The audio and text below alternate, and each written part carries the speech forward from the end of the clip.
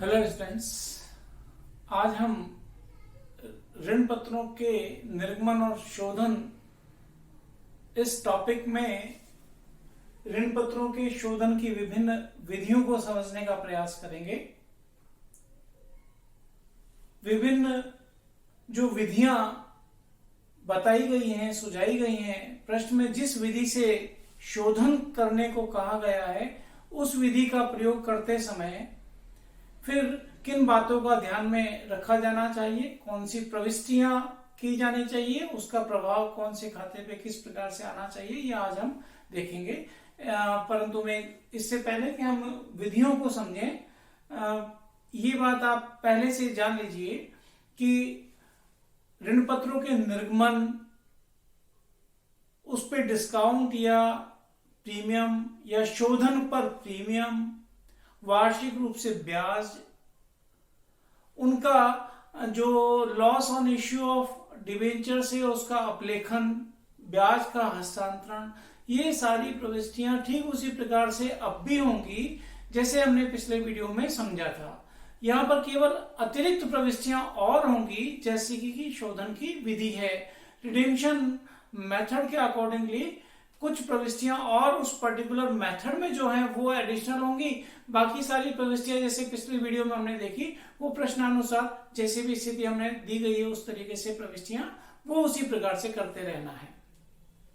Redemption की विधि की बात अगर अपन करें तो सबसे पहले देखिए, जो एकमुश्त भुगतान की विधि या लमसम पेमेंट मेथड, इसका मतलब ये हुआ कि ऋण पत्र जैसे भी प्रश्न में शोधन की अवधि दे रखी है कि 3 वर्ष बाद या 5 वर्ष बाद या 7 वर्ष बाद, जब भी उनका शोधन किया जाना है तो एक मुश्त पेमेंट उसका हो जाएगा। यानी कि आज अगर आपने 1 लाख रुपए के डिबेंचर जारी किए और ये शोधन 3 साल बाद में किया जाना है तो तीसरे वर्ष के अंत में ये एक मुश्त पेमेंट हो जाएगा। पेमेंट करने की एंट्री वैसे ही होगी, ड्यू पहले आप करेंगे, जैसे हमने पिछले वीडियो में देखा था कि पहले आप ड्यू कीजिए debenture account DR to debenture holder, और उसके बाद में debenture holder account DR to bank. Payment वैसे ही करेंगे, अगर प्रीमियम भी साथ में देना है तो वो भी दे कर देंगे, फिर उसका भी भुगतान हो जाएगा।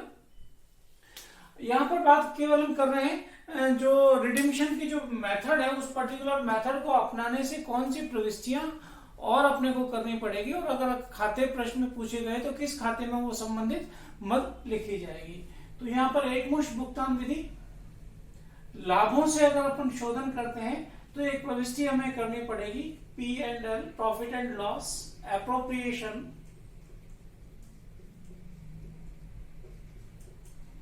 Account DR to general reserve account. एक मुश्त भुगतान के समय में ये जनरल रिजर्व में एंट्री करने की प्रविष्टि आपको ट्रांसफर करना है। P&L एप्रोप्रिएशन अकाउंट से लाभान्वित नियोजन खाते से सामान्य संचय में ये ट्रांसफर कर दिया जाएगा। और अगर ये जब भी रिडेम्पशन किया जाना हो उस समय, पूंजी से अगर शोधन किया जाना है तो ऐसी स्थिति में कोई प्रविष्टि नहीं की जाती है। जो पूर्वाधिकार अंश पूंजी का शोधन करते हैं उसके प्रावधान अलग हैं, डिबेंचर का शोधन करते हैं उसका प्रावधान अलग है। यहाँ पर पूंजी से शोधन करते समय कोई प्रविष्टि नहीं की जाती। ऐसे ही दूसरी विधि है शोधन की, वार्षिक आहरण द्वारा, बाय एनुअल ड्रॉइंग्स। तो वार्षिक आहरण में जैसे इसमें एकमुश्त भुगतान तीसरे वर्ष के अंत में, अगर 3 वर्ष का शोधन माना गया है तो तीसरे वर्ष के अंत में होता है। यहाँ पे हर वर्ष ये भुगतान अपने को करना है, वार्षिक आहरण। और लाभों से अगर करना है तो फिर वापस यही प्रविष्टि अपने को दोहरानी है, लेकिन अब वार्षिक रूप से ये प्रविष्टि की जानी है। और पूंजी से अगर शोधन करना है तो कोई प्रविष्टि नहीं होती है। उसके बाद में जो सबसे महत्वपूर्ण रीति होती है वो है शोधन कोष बनाकर। शोधन कोष अगर हम बनाए तो रीति, इसमें शोधन कोष रीति को जब हम देख रहे हैं तो सबसे पहले हमें कितने रुपए का कोष बनाना है ये तय करना पड़ेगा। विधि चाहे विनियोग करके हो या बीमा पॉलिसी लेकर हो। शोधन कोष का मतलब डिबेंचर रिडिम्पशन फंड, चाहे नाम ये कहें या सिंकिंग फंड कहें, सिंकिंग फंड, दोनों में से कोई सा भी नाम, जैसा भी प्रश्न में कहा गया अकॉर्डिंगली हम कर सकते हैं। तो नाम बदलेंगे पर दोनों के लिए प्रविष्टियां का तरीका वो का वही है। ये संचय भी हो सकता है शोधन कोष, ये असंचय भी हो सकता है। संचय होने का मतलब जब हम जो ब्याज विनियोजन के ऊपर ब्याज मिलेगा वो वापस पुनर्विनियोजित कर दिया जाता है, री investment of the interest on investment. और असंचय का मतलब होता है कि ब्याज को वापस विनियोजित नहीं करते। चाहे विधि विनियोग वाली हो चाहे बीमा पॉलिसी वाली हो, आपको एनुअल एप्रोप्रिएशन आपको करना है, वार्षिक रूप से शोधन कोष बनाना है। और शोधन कोष बनाने के लिए कितनी राशि हो, कोष की राशि का जब निर्धारण करना है तो हमें एक सिंकिंग फंड तालिका होती है, तालिका ए और तालिका बी, फर्स्ट और सेकंड। जो तालिका है सिंकिंग फंड की तालिका, उसमें फैक्टर्स दिए हुए हैं, प्रेजेंट वैल्यू फैक्टर्स, उससे हमें दर को, जो भी ब्याज की दर है उसको, और जितने वर्ष के बाद में रिडिम्पशन करना है उस वर्ष को ध्यान में रखते हुए पीवी फैक्टर, उससे वैल्यूज अपने को उस टेबल से लेनी है और उसको जो भी राशि का अपने को रिडिम्पशन करना है, डिवेंचर का जो अंकित मूल्य है उसको गुणा कर देंगे तो हमें शोधन कोष की राशि मिल जाएगी। और अगर यही तालिका दूसरी सेकंड वाली टेबल से अगर अपन ने वैल्यू लिया है तो जितनी राशि का रिडिम्पशन करना है उसको उससे डिवाइड कर देंगे, तो ऐसी स्थिति में प्रतिवर्ष जो शोधन की जाने वाली राशि है उसका निर्धारण हो जाएगा। अगर वो संचयी है तो यहां पर डिवेंचर की राशि के साथ में जो ब्याज है उसको भी साथ में जोड़ के पहली टेबल से वैल्यू लेते हैं तो मल्टीप्लाई कर लेंगे और दूसरी टेबल से वैल्यू लेते हैं तो उसको डिवाइड कर लेंगे। तो इस प्रकार से शोधन वार्षिक शोधन कोष की राशि निर्धारित हो सकती है अगर टेबल हमें मालूम हो तो। और अगर टेबल मालूम नहीं है तो हम सूत्र के द्वारा भी निर्धारित कर सकते हैं। Small a is equal to capital A multiplied by i, इसको गुणा करना है इन दोनों को, divided by 1 plus i raise to power n minus 1। इस सूत्र के द्वारा भी हम शोधन कोष की राशि ज्ञात कर सकते हैं। यहां पर जो आई ए है वो डिबेंचर का, जितने रुपए का डिबेंचर रिडीम्पशन करना है वो आई इंटरेस्ट है अपॉन, इंटरेस्ट का मतलब आपका जो इन्वेस्टमेंट कर रहे हैं उसके ऊपर ब्याज की दर, 1 प्लस आई ऊपर एन, कितने वर्षों के बाद में इसका शोधन किया जाना है वो वर्षों की संख्या यहाँ पर -1। इस सूत्र का प्रयोग कर भी हम शोधन कोष की राशि का निर्धारण कर सकते हैं। तो शोधन कोष की राशि का निर्धारण करने के बाद दो बातें आप ध्यान रखें कि जो पहला साल है फर्स्ट ईयर, उसके एंड में आपको प्रविष्टि करनी है profit and loss account DR, appropriation account DR, P&L appropriation account DR to debenture redemption fund account. तो प्रति वर्ष आपको एंड में ये राशि ज्ञात करके ये प्रविष्टि करनी है। तो P&L एप्रोप्रिएशन अकाउंट या तो डिवेंचर रिडीम्पशन फंड या सिंकिंग फंड, यहाँ पर अगर सिंकिंग फंड है तो ये आयोजन आपने कर लिया। इसके बाद में जब आप अवधि समाप्त हो जाएगी, रिडीम्पशन कर चुके होंगे उस वाले वर्ष, तीसरे वर्ष के अंत में या पांचवें वर्ष के अंत में, जैसी भी प्रश्न में स्थिति है उस वाले वर्ष में इस सिंकिंग फंड का जो बैलेंस है डिवेंचर यही वाला account debenture redemption fund account DR to general reserve account. ये कब होगी? शोधन वाले वर्ष में, 3 वर्ष बाद या 5 वर्ष बाद जब भी शोधन किया जाना उस वाले वर्ष के अंत में, शोधन वाले वर्ष अंत में ये प्रविष्टि की जानी है। चाहे विनियोग करके आप कर रहे हैं, चाहे आप बीमा पॉलिसी लेके कर रहे हैं, तो ये प्रविष्टियां 2 की जानी है। किसका कारण? इस विधि के कारण, शोधन कोष बनाने के कारण। वार्षिक रूप से ये ऐसे ही सेकेंड ईयर के एंड में, ऐसे ही थर्ड ईयर के एंड में, ऐसे जितने भी वर्ष है उस हर एक वर्ष के अंत में ये फंड बनाकर शोधन वाले वर्ष के अंत में आपको ये रिडीम्पशन फंड का जो भी बैलेंस बचा है, इसमें जब इन्वेस्टमेंट करते हैं उसको सेल करते हैं तो उसका प्रॉफिट और लॉस है वो भी इसमें शामिल हो जाता है। जो पर अल्टीमेटली जो भी बैलेंस बचेगा रिडीम्पशन फंड का, लास्ट में ये प्रविष्टि, सबसे अंत में ये प्रविष्टि की जाती है। अब हम बात करते हैं कि जब ये विधि अपनाई जा रही हो तो ये प्रविष्टियां तो करनी ही है इस विधि के कारण। अब विनियोग करके अगर हम करते हैं तो ऐसी स्थिति में जितने भी रुपए का ये जो डिवेंचर रिडीम्पशन फंड आपने बनाया है, प्रतिवर्ष आप बनाते जा रहे हैं, फंड में ये राशि ट्रांसफर कर रहे हैं पीएनएल एप्रोप्रिएशन अकाउंट से, तो विनियोग जब हम करेंगे तो उतनी राशि से, जितनी राशि से विनियोग ये कोष बनाया गया है, आप डिवेंचर रिडीम्पशन फंड इन्वेस्टमेंट, नाम बदल गया है देखिए, investment account DR to bank, आप इस प्रकार से विनियोग कर देंगे।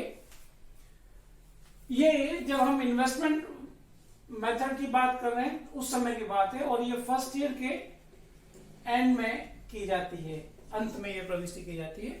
तो जब आप विनियोग करेंगे तो 1 वर्ष के बाद में, जब विनियोग करेंगे उसके 1 वर्ष के बाद में आपको ब्याज मिलेगा। अगर 6 माह में क्या रखा है तो 6 माह ही ब्याज प्राप्त होगा, और अगर कुछ नहीं कर रखा तो 1 वर्ष के अंत में ब्याज प्राप्त होगा। अब ये जो प्रविष्टि है वो सेकेंड ईयर के एंड में होगी।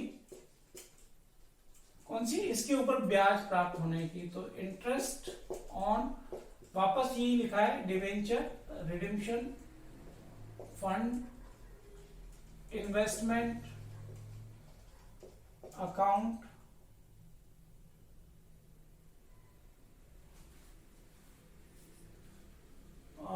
इन्वेस्टमेंट अकाउंट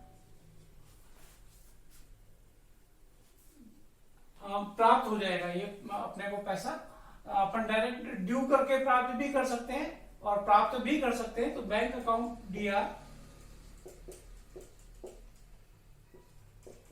बैंक में ये पैसा सीधा ही प्राप्त हो जाएगा। Bank account DR to interest on debenture redemption fund investment account, ये सेकेंड ईयर के एंड में प्राप्त होगा। और ये जो पैसा है वापस विनियोजित कर दिया जाएगा किसमें? डिवेंचर रिडीम्पशन फंड में। अगर वो संचयी कोष है तो वापस से विनियोजित हो जाएगा। तो डिवेंचर रिडीम्पशन फंड में ये पैसा वापस से जमा कर दिया जाएगा। तो इस प्रकार से विनियोग करके ये हम डिवेंचर का शोधन की व्यवस्था कर सकते हैं। जब ये इन्वेस्टमेंट अंत में, जब अंतिम वाले वर्ष में जब बेचा जाएगा तो इससे हमें पैसा प्राप्त हो जाएगा। Bank account DR to, shortcut में मैं लिख रहा हूं डिवेंचर रिडीम्पशन फंड इन्वेस्टमेंट। अंतिम वर्ष में जब आप इसको बेचेंगे तो bank account DR to debenture redemption fund investment, तब आप बेचेंगे तो ये पैसा आ जाएगा। आप बेचने के ऊपर हानि भी हो सकती है, लाभ भी हो सकता है। तो ये हानि और लाभ भी डिवेंचर रिडीम्पशन फंड में ट्रांसफर हो जाएगा। अगर हानि हो रही है तो डेबिट पक्ष में आप डिवेंचर रिडीम्पशन फंड लिख देंगे अकाउंट DR, और अगर लाभ हो रहा है तो debenture to debenture redemption fund account credit पक्ष में लिख देंगे। तो जैसे भी स्थिति है तो इन्वेस्टमेंट को बेचने पे हानि या लाभ जो भी होता है वो भी डिवेंचर रिडीम्पशन फंड में चला जाएगा। तो ब्याज मिल रहा है वो री इन्वेस्ट हो जाएगा, हर साल आपको री इन्वेस्ट करना है, इन्वेस्टमेंट अकाउंट में ट्रांसफर हो जाएगा वो।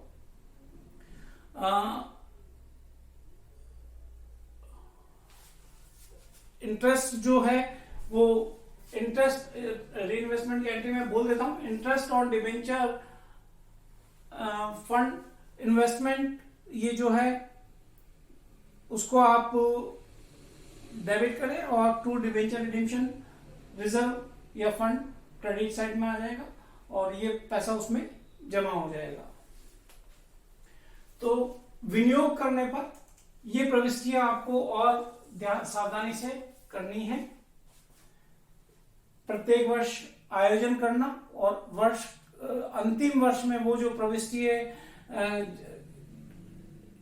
डिबेंचर रिडीम्पशन फंड का बैलेंस जनरल लेजर में ट्रांसफर करने की वो प्रविष्टि तो दोनों करनी है साथ में।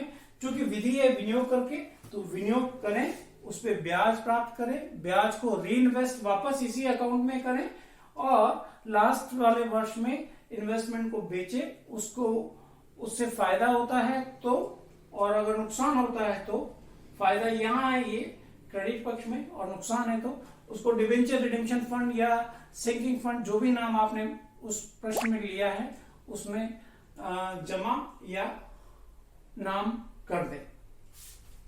ऐसे ही अगर बीमा पॉलिसी लेकर किया गया है तो भी वो प्रविष्टियां तो आपको करनी ही है। वार्षिक रूप से जो आपका एनुअल अप्रोप्रिएशन करना है, PNL appropriation account DR to sinking fund या PNL appropriation account DR to debenture redemption reserve, वो तो आपको करनी ही है। बीमा पॉलिसी में क्या बस एक ही तकनीकी रूप से अलग बात है कि जो फर्स्ट ईयर है उसके प्रारंभ में ये प्रविष्टि होती है, at the beginning of the first year की जो हम प्रीमियम पॉलिसी लेते हैं उसका प्रीमियम हम पहले वर्ष में शुरुआत में चुकाते हैं in the beginning of the year. तो यहां पर जो एंट्री हो जाएगी debenture redemption fund, debenture redemption fund policy account DR to bank, हम चुकाएंगे ये पैसा, पॉलिसी लेंगे बैंक अकाउंट। ये क्या है? प्रीमियम की राशि से, प्रीमियम ऑन पॉलिसी पेड की तरह ये प्रविष्टि की जाती है। पॉलिसी लेने की प्रविष्टि बोलते हैं इसको, प्रीमियम ऑन पॉलिसी पेड। प्रारंभ में इसको ध्यान रखें कि ये प्रारंभ में एंट्री होती है प्रीमियम को चुकाने की। और उसके बाद में आप जब अंतिम वर्ष में करेंगे तो इस पॉलिसी को मैच्योरिटी पर पेमेंट अपने को मिल जाएगा। अंतिम वर्ष में आप करेंगे बैंक अकाउंट या to debenture redemption fund policy account. अंत में ये पैसा जितना भी इस पॉलिसी में हर वर्ष जाता जा रहा है वही पैसा वास्तव में लास्ट में अपने को मिल जाएगा। और जो शेष इसका जो बचा है पॉलिसी का, जो भी ब्याज एक्स्ट्रा हमें मिलेगा इसके ऊपर, वो जो ब्याज है उसके सरप्लस जो बनेगा वो पैसा ट्रांसफर हो जाएगा डिवेंचर रिडीम्पशन रिजर्व में। तो इसमें जो भी पैसा एक्स्ट्रा है वो सारा का सारा ब्याज मिलेगा। और इसमें दोनों के जो राशियों का जो डेबिट साइड के हर वर्ष की राशि है वो और क्रेडिट पक्ष में जो राशि है उन दोनों में अंतर आएगा। ये पैसा ज्यादा आएगा बैंक में और वो पैसा डिवेंचर रिडीम्पशन रिजर्व में ट्रांसफर हो जाएगा, क्रेडिट हो जाएगा। और उसके बाद में फिर वापस हुई कि डिवेंचर रिडीम्पशन रिजर्व है अंतिम प्रविष्टि जो हमने पहले देखी थी कि शोधन कोष में क्या होती है अंतिम प्रविष्टि। डिवेंचर रिडीम्पशन रिजर्व में जितना भी पैसा क्रेडिट हुआ है वो सारा का सारा वापस जनरल रिजर्व में शोधन के उपरांत ट्रांसफर कर दिया जाता है। तो ये प्रविष्टि है, ये शोधन कोष बनाकर ये विधि इस प्रकार से काम करती है। इसके बाद में आप देख रहे हैं अगली विधि स्वयं के ऋण पत्रों को क्रय करके। तो बाजार से जब हम क्रय करते हैं खुद के ऋण पत्र, तो जैसे ही हमने इशू कर रखा है तो डेबिट पक्ष में, जैसे हम क्रय करेंगे तो वो जब हमने इशू किया है तो bank account DR to debenture लिखा है, तो डिवेंचर हमारी लायबिलिटी है। जैसे क्रय करेंगे तो डिवेंचर अकाउंट या टू बैंक, हम खरीद लेंगे उस चीज को, अपनी ही चीज को। तो एसेट और मतलब डेबिट साइड में जब आप लिखेंगे तो ऑटोमेटिकली ही डिवेंचर का वैल्यू कम हो जाएगा। तो इस प्रकार से स्वयं के ऋण पत्रों को क्रय किया जा सकता है। इसमें दो स्थितियां हो सकती है, तुरंत निरस्त करके। अगर तुरंत निरस्त कर दिया जाता है तो debenture account DR to bank account, इस प्रकार से तुरंत निरस्त करने की प्रविष्टि हो जाएगी। और अगर इसको अल्पकालीन विनियोग के रूप में रखा गया है तो ऐसी स्थिति में क्या होगा, on debenture account DR to bank. खरीद तो लिया हमने, लेकिन उसको अल्पकालीन विनियोग के रूप में खुद के ही पुस्तकों में रखा गया है। तो यहां पर नाम क्या हो जाएगा, स्वयं के ऋण पत्र।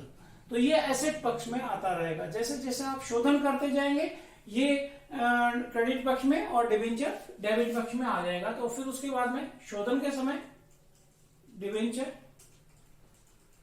अकाउंट DR, ये हमारे खुद के डिवेंचर थे जो कैंसिल हो रहे हैं। अब शोधन करते समय ये प्रविष्टि की जाती है टू ऑन डिवेंचर अकाउंट, यानी कि जब तक शोधन नहीं करेंगे ये हमारे संपत्ति पक्ष में दर्शाते रहेंगे। डिवेंचर तो हम लायबिलिटी में दर्शाते ही हैं ये संपत्ति में, और जब शोधन करेंगे तो इसमें से ये पैसा डिवेंचर के मार्फत कम हो जाएगा।